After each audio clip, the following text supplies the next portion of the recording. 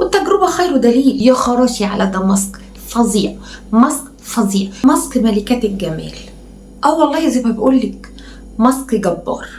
ماسك هيحول بشرتك من باهتة لتعبانة لمأكسدة فيها خطوط لبشرة من أول نظرة هتحسي إن انتي ملكة جمال. جربيه وارجعي انقلي لي تجربتك وقولي لي رايك فيه.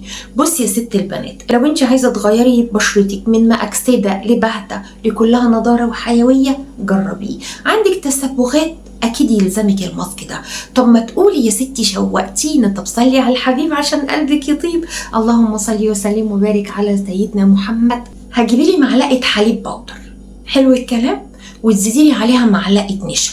الاتنين دول بمثابة جلسة نضارة لبشرتك، بس انتي مش واخدة بالك من فوائدهم. هتضيفي لي ايه كمان؟ هتضيفي لي معلقة زبادي بلدي، ومش عايزة زبادي معلب، عايزة بلدي وتكوني سايباه شوية وحلوين بره التلاجة، وعايزاه بالمية بتاعته اللي بتبقى موجودة فوق علبة الزبادي دي.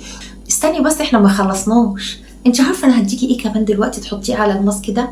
معلقه طحينه. لو ما عندكيش حساسيه من الليمون، نص عصرة ليمونة، وادمجي المكونات دي على بعض وسيبيها قيمة 5 دقايق وطبقي على بشرتك.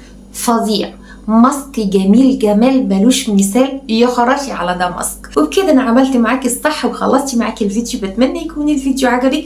يا ريت بقى لو الفيديو عجبك ما تنسينيش لايك وشير وسبسكرايب. والسلام عليكم ورحمة الله وبركاته.